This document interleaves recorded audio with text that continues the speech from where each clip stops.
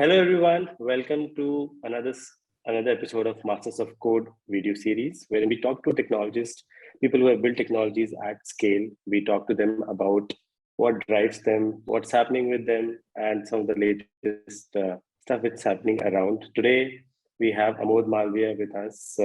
Amod is steering the technology ship at Udaan. He's the co-founder, and previously he has built and scaled Flipkart to what we see today. Amod, thanks for joining us and looking forward to a great conversation. Yeah, thanks for having me, Alok. Always good to be talking to you about these topics. So looking forward. Yeah, so the topic which we're going to talk about today is how to stay relevant in this super fast changing speed of technology. And I have seen you, being super active in terms of describing at least what's happening with you and around you on Twitter. We all have seen that. And I think over the last 1 or 2 years, I think it's because of COVID also, your activity has increased. But I think it's for greater good. It's really interesting to see that perspective. And today we want to discuss that. So the first point which I want to touch upon is this whole speed of change in technology. What is it? I mean, is it really fast, or is it that we perceive it over the time? How is it? I think it's definitely fast. I've often remarked to a bunch of people in the past that when we were growing up, in our household, as with most households in India at the time, there was either you become a doctor or an engineer sort of a thing, right? And one of the arguments that my father used to make in favor of engineering is, once you are done with your studies, after that, you don't need to study anymore. Because doctors need to study for the rest of their life, or, they need to study up till the age of 30, 35 or something like that. So anyhow, I got into engineering because of my own interest, but it is very interesting to see, I used to joke with him sometimes that the speed of change in technology seems to be way higher than any other industry. And that is to be, I don't think a lot of people would contest that, just given the speed at which we see technology pervading into all parts of our lives. But yes, it is very real. And I think the number of different companies mushrooming around, upskilling, reskilling, and all of those sort of things should also be a pretty good proof of the speed at which things change. So you can't just sit back and assume that, okay, I've done my studies, now I'm going to apply it for the rest of my life in exactly the same way. So technology is the fastest changing industry in the world. All right. So just in continuation with that, where does it become scary? I mean, look, you shouldn't be driven by this sort of feeling that, hey, I really have to stay relevant, or it's changing at very fast pace and I'm not able to cope up with it. So where does it become scary, and how do you maintain peace? That's very important. I think that's a good question. It's also linked with some, I remember there were a couple of people who recently remarked on Twitter, replying to some of my comments, that this FOMO thing about, I'm missing out on a part of technology, right? Where to draw the line? I think there are certainly pieces of technology that one should strive to keep themselves up to date. And there are pieces of technology world that are very fluxy, and they don't really, lot of flux, but most of that flux does not stick around, right? So there's certainly a distinction. I'm just trying to think how to best describe that. I think imagine knowledge or all the things that we have around us as an inverted pyramid. Okay. So at the most base, you've got the most fundamental concepts. And, those fundamental concepts get applied to create a new set of concepts. And those then get applied to create another set of concepts. At the very surface, you've got all the different products that are actually being built, right? Every single app that got built, every single new buzzword that's floating around, all of those things are at the surface. I think so. Speed of movement is highest in this. The signal to noise ratio is also the poorest at the top level.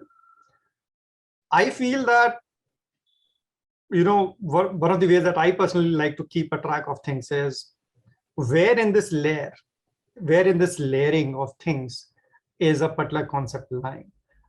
For example, when I usually talk about Web3 and cryptography, I usually link those back to more fundamental concepts around cryptography, or around how Merkle trees tend to work.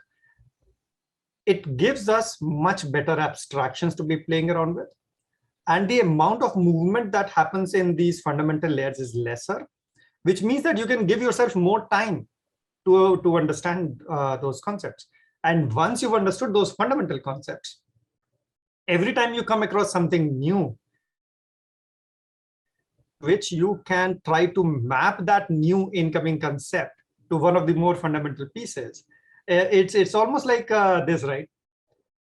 All of us know how to drive, most of us know how to drive a four-wheeler or a two-wheeler. Yet very few people would understand an internal combustion engine, how it works, or how an electric motor works, right? Not knowing how it works, does it prevent us from evaluating a new kind of vehicle that has come in? I do feel that it does. Okay, but if you are able to map that concept, actually, you don't even always need to understand the fundamental concept, right?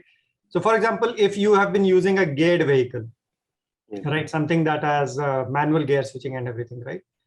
The next time you say, for example, you move from V4 to V6 engine, okay, or V6 to V8 or whatever, right? As you are moving between these vehicles, your mental abstraction of what happens when I do this, when I increase the accelerator, or when I press brakes and stuff like that, that mental model you are able to carry over, right? We can imagine that as transfer of knowledge. You are able to transfer that knowledge in the same domain. The more people develop these mental models that are transferable, I think that much easier it becomes for them to grasp new stuff that is actually going around. So personally, I like to spend far more time in the the more fundamental layers. Every time I come across a new concept that I'm not able to map, then it's an opportunity for me to review some of the fundamentals. So I go deep into reviewing the papers that are written about that new piece of technology, etc. But I can take my own time, because fundamentals don't move at anywhere close to the speed at which the top surface moves. I don't know if that made sense, but that is how it comes up in my mind. If I have to summarize, I'll say that the whole signal versus noise thing, also there's too much of noise. You immediately have to go deep down in that to what level is the fundamental layer moving, right? Versus, because I can understand, it's like a stack of book or something. If movement niche thoda kam hota hai, upar it will just fall. Precisely. And it just spread across. So that's there. Next question, I want to understand about the whole depth versus breadth thing, right? And then I did mention to you that there was this famous quote, right? I'm scared of a person, I think by one of the boxers, that a person who has practiced one punch 1,000 times rather than a person who knows 1,000 punches. So, and there are people, right, who would like to just spend probably decades working in one thing specific and just keep on getting better and figuring out things. And I believe there is so much to be explored in depth as well. So how do you kind of take that call, right? And what are the trade-offs? How do you think about it? Yeah, I think that quote is from Bruce Lee, if I remember correctly, right? Yeah. or something of the sort. I think so. A bunch of different thoughts come to my mind when you bring up that topic. Let me try to lay those down, and then I'll try to sort of answer your question in some form. I think firstly, we need to recognize that there is no substitute for depth. Okay. So I think personally, I like to run with the philosophy of jack of all, master of a few. Okay. But if I were to get into extremes like jack of all, master of none versus jack of a few, master of one, I would prefer the latter. Okay. Why? Because there's at least something in which your competence is unquestionable, right?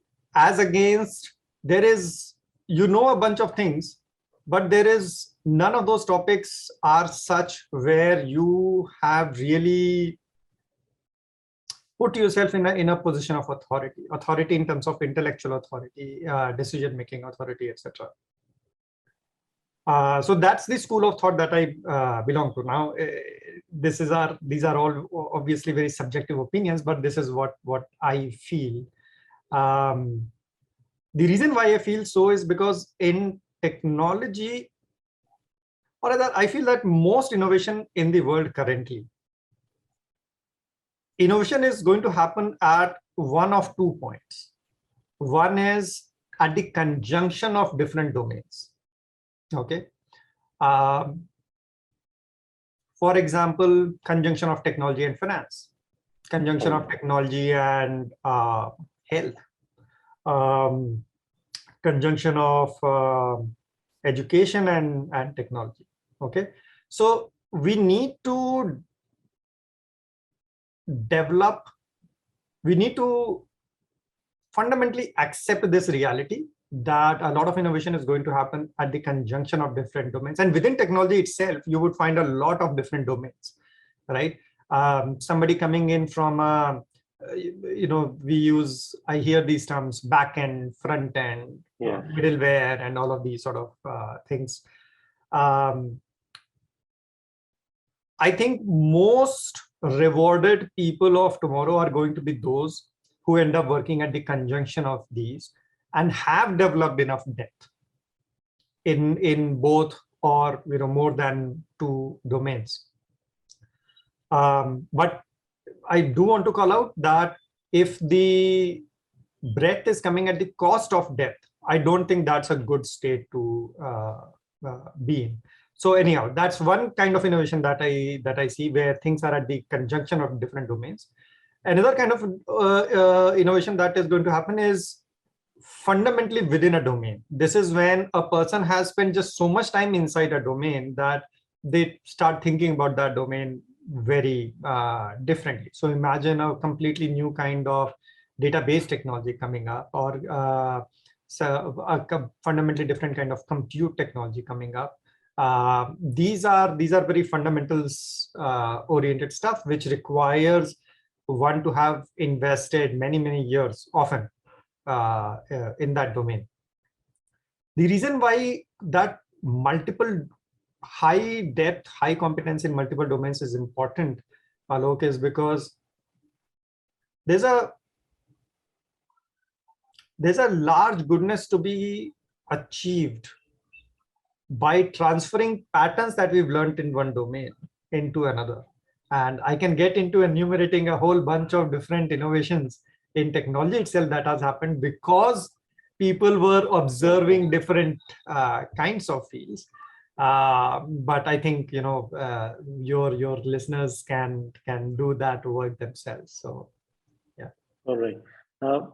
Yeah, so I understand what you're saying is fundamentally it makes a lot of sense now, but there's this human behavior element, right? And it is slightly related to FOMO also, but I want to understand from the confidence side of things that as a human being, right, and not just as a technologist, you need that confidence and that respect which you want to command.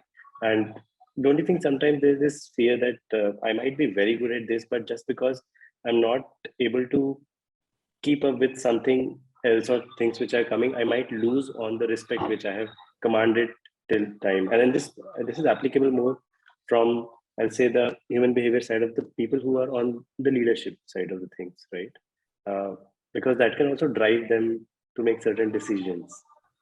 Yeah, I think the problem is very real, Alok. I've seen people go through that as well. Now, like I can share my opinion. I don't know how to what degree it will help folks. But firstly, the fact that we have that fear, which means that we are at least self-aware enough that what I know what I know versus what I don't know. Often enough, that also has a bit of a challenge with people sometimes, right? But I think once that fear kicks in, to what degree do we use that as a motivation to do something is what is the determining criteria.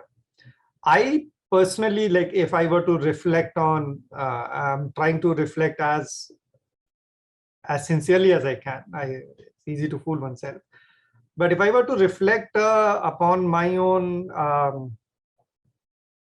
feelings when I go through some bit of this, some bit of this motion is,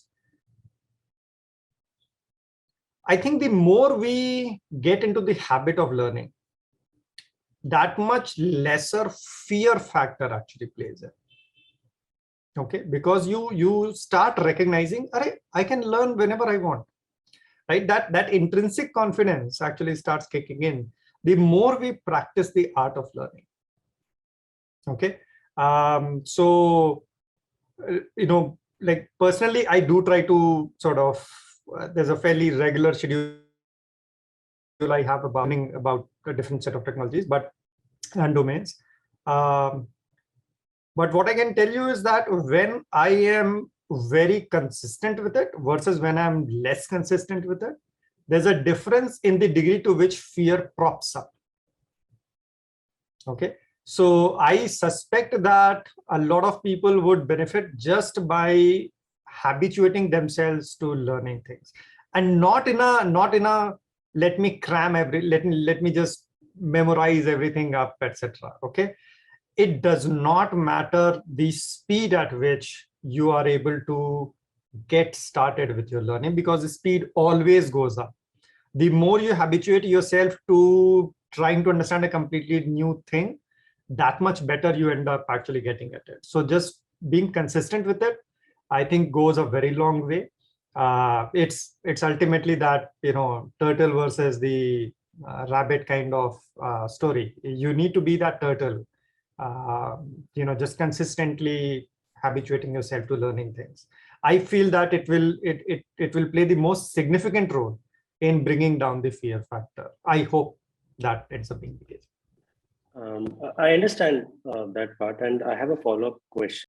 With respect to an individual contributor versus somebody who is a team leader, and then you tell me, like, when you are telling the folks about this in your team only, will you tell the same thing about them dealing with how they should be approaching this whole concept of changing in technology, keeping themselves updated, going into depth versus breadth, or you will say that, hey, because you are in, and I've realized that because there are some people who are excellent individual contributors, and I have known some of my friends in tech side who have said that boss mein se nahi hota, and I don't like that at all. And I'm excellent individual contributor, and I think they say that they are on the journey of becoming principal engineer or something, if I'm not wrong, versus somebody who gets into the team lead. And then I feel, I'm not from the tech side, but I feel that if I have to say, I'll say it little differently when I'm addressing both the people. And also I would want people to do what they want, but still, if I have to. So will it, is it the case with you as well when you talk to address to these two set of people? Not as much, actually. I think different people approach different choices about career and profession differently. And I think that's perfectly fine. I can competently talk only about the belief systems that I carry. I can't competently talk about other kind of belief systems. Personally, I feel that some of the points that we were discussing around depth are not as linked with whether you are a manager or whether you're going down the IC path. I think a lot of that is linked with where I'd like to spend my time on a day-to-day basis, what kind of problems I like to spend time on. Do I like to spend time on purely technical problems, or rather whether I like to spend time figuring out technical ambiguity and technical challenges, or do I find myself more excited about a little more softer side of ambiguity, or business side of ambiguity, or user behavior side of ambiguity, right?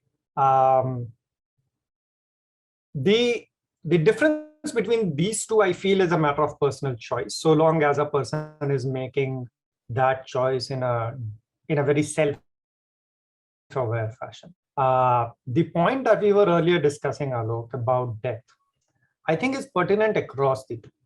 Well, I will bring out one difference. Depth in hard skills is much easier identified than in soft skills, right? By soft skills, what do I mean?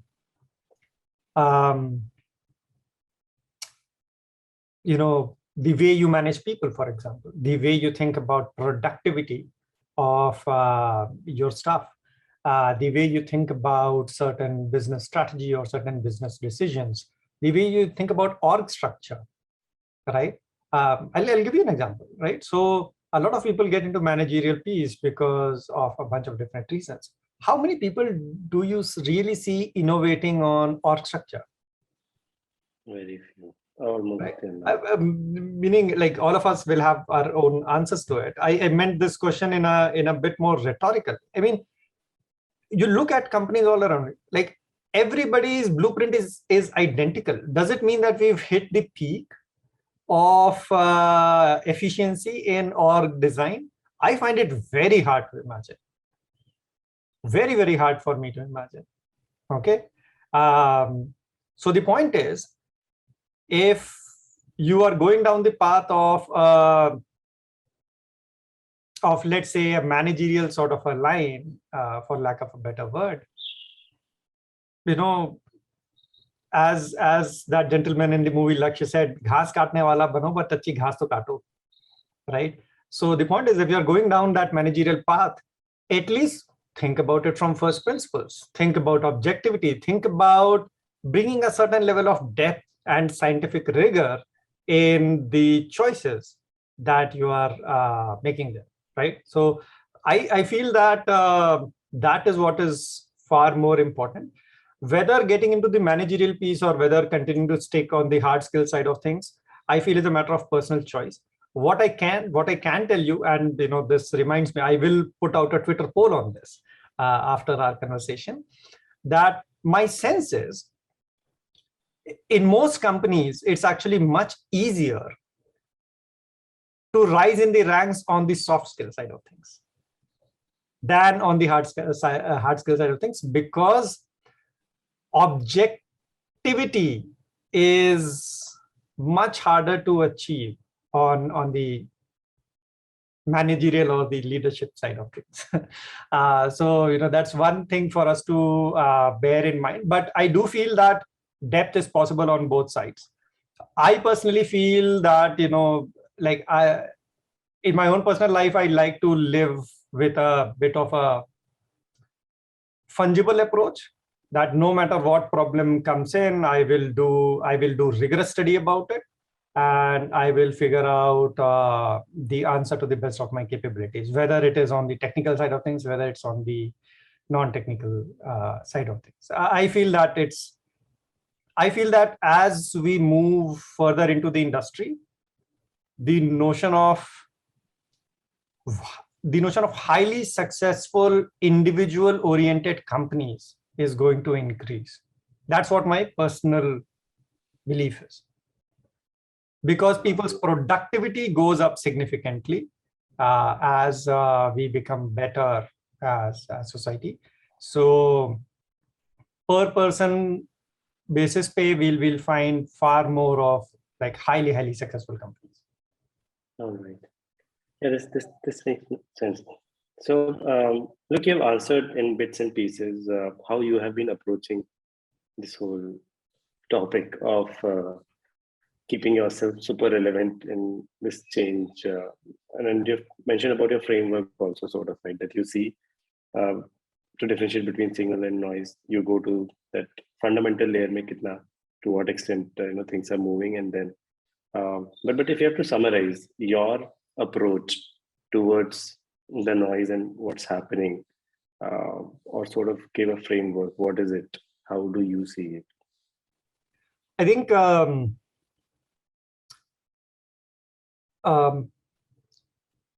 keep an eye on all the different buzzwords that get floated around. To what degree do I digest those out and dig deeper? I tend to be choosy. So not every single app that I hear about, I dig deeper into, or every single technology that I hear about, I dig deeper into. I dig deeper when I feel that I'm not able to explain something using my existing models. When that happens, I dig deeper, try to and refix some of my mental models by understanding that new concept. So that's around all, keeping a track of everything that's actually going around. A lot of people put out very simple explanations, like simplination sort of things. Those are very helpful. I personally, in finance, I track a bunch of different such folks. In in a lot of different domains where I don't have a native background of, I tend to rely on a lot of. So in the medical field, I rely on a bunch of these sort of folks. So keeping an eye on a variety of different things via this, then choosing to dig deeper when there is an urge to do it, I think is what is one aspect of the framework. Eliminating the fear part or the FOMO part of it is crucial, because I feel that if we are trying to learn something because of the fear of missing out, then our motivation is not in the right place. We would not approach that topic in the correct way.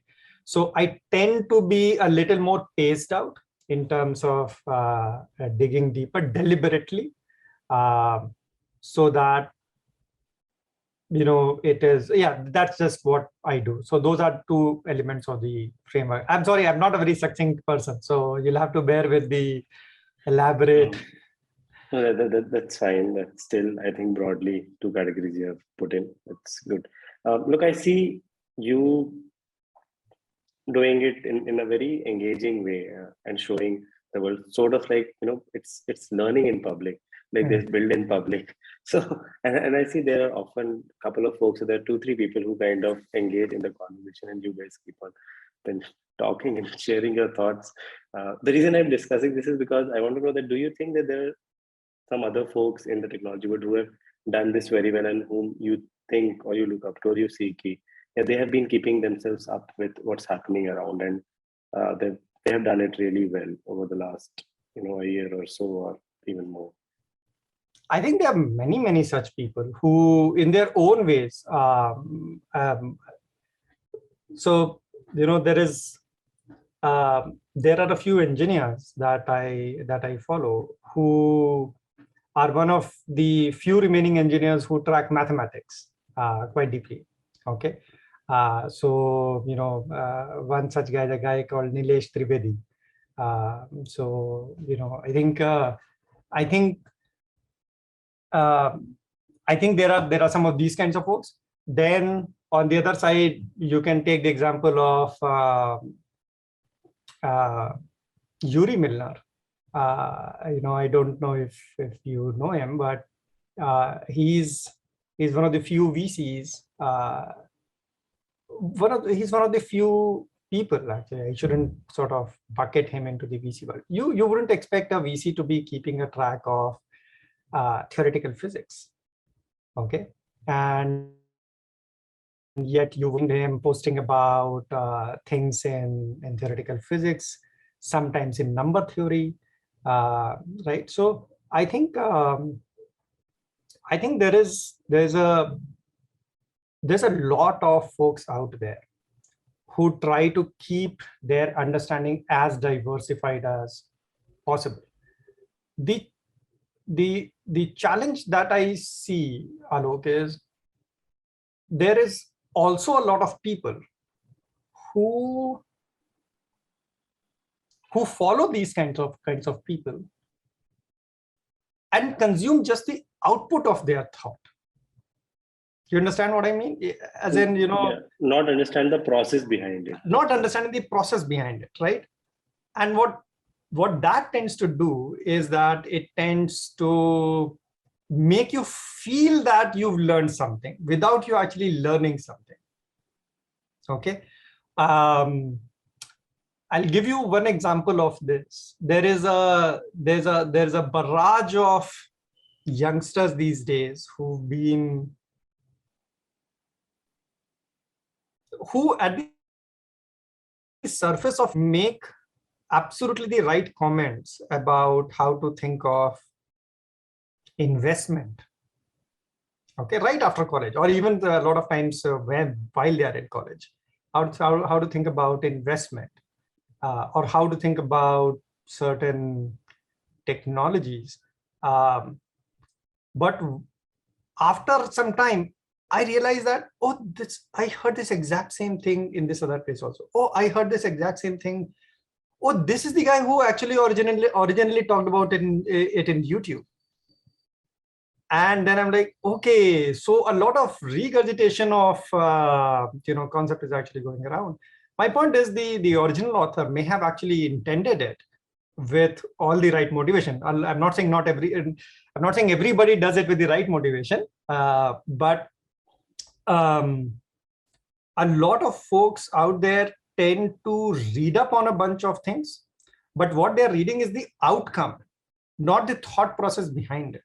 Now, the problem with reading up only the outcomes is that it tends to make you feel you've learned something, but you've not really understood because you've not critically analyzed. You've not tried to break it down. You've not tried to contest, debate, argue against it, right? That thought process tends to be dirty, right? And if you've not exposed yourself to that grease and dirt of the churning of the machinery behind that thought, you don't really get smarter. So anyhow, I digress quite a bit. Sorry, I tend to do that.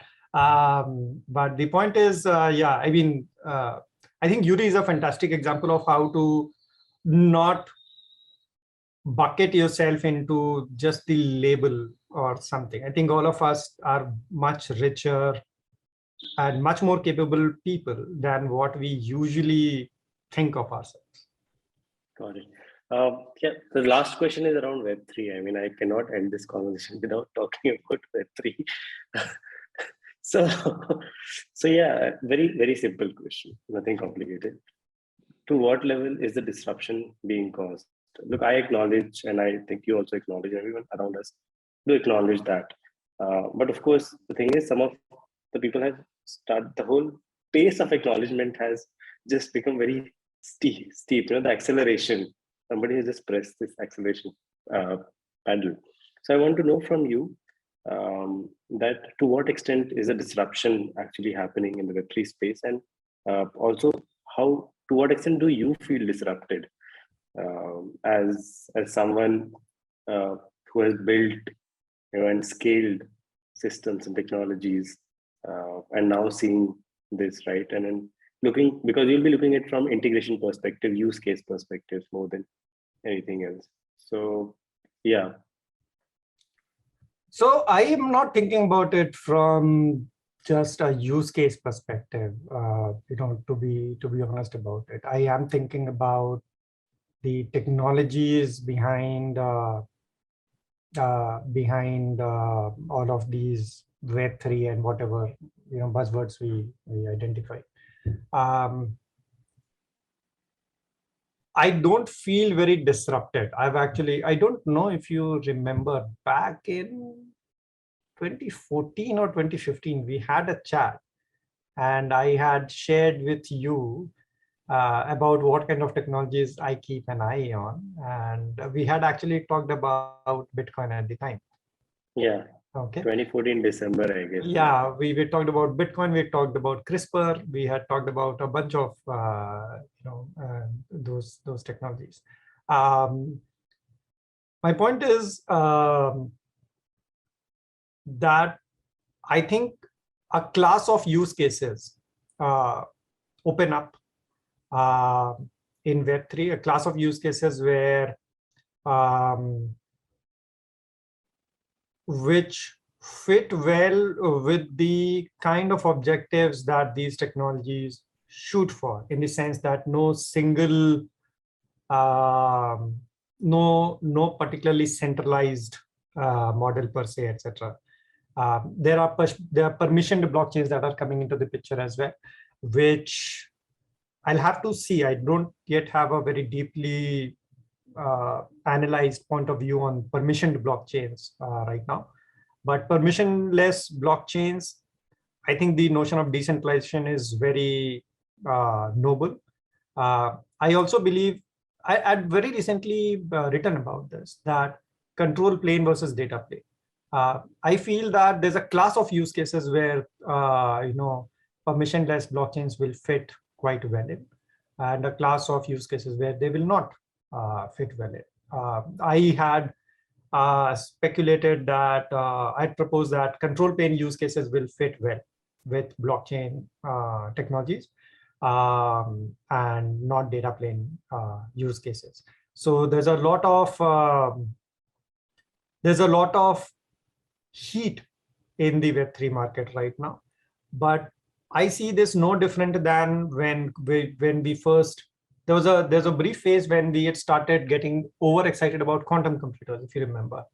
Then at some point in time, there was this general understanding that settled in that it's going to be complementary to what we are doing today, not a complete replacement of the existing setup, because it fits well with a class of use cases. That's what my current belief is about a lot of Web3 technologies as well.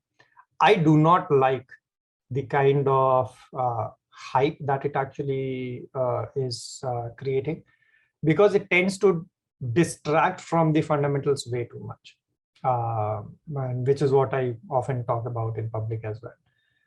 The point is that the moment you start thinking about this just as an extension of a lot of existing technology, I do not look at Web3 as a fundamentally different technology. Okay, a lot of people do, but to me, it's the same thing. That some of the fundamental building blocks, okay, the cryptography part of it, the Merkle trees part of it. I think the biggest addition that has happened there is consensus. Otherwise, baki everything is pretty much built on the existing same blocks. So whatever abstraction models we were using for these sort of for the existing use cases, the same things get extended onto these new technologies as well. So which is why I feel we should allow this to get developed with very genuine use cases, instead of getting overhyped up. Overhyped se kya hota hai na, that capital starts actually flowing in an unreasonable way. And the moment capital actually starts flowing in an unreasonable way, it starts attracting all the wrong kind of folks, all the wrong kind of Interest use or cases. elements. Elements, people, use cases, way too prematurely. And when it happens prematurely, the technology suffers. So that is my worry with this. All right. Yeah, makes sense. I think that should be it. Thanks for taking out time, Amod. Really appreciate it. It was a good conversation. I liked it. I hope you enjoyed it too. Always a pleasure to talk to you, Alok. Thanks a lot. Thanks a lot. Always a pleasure, Alok.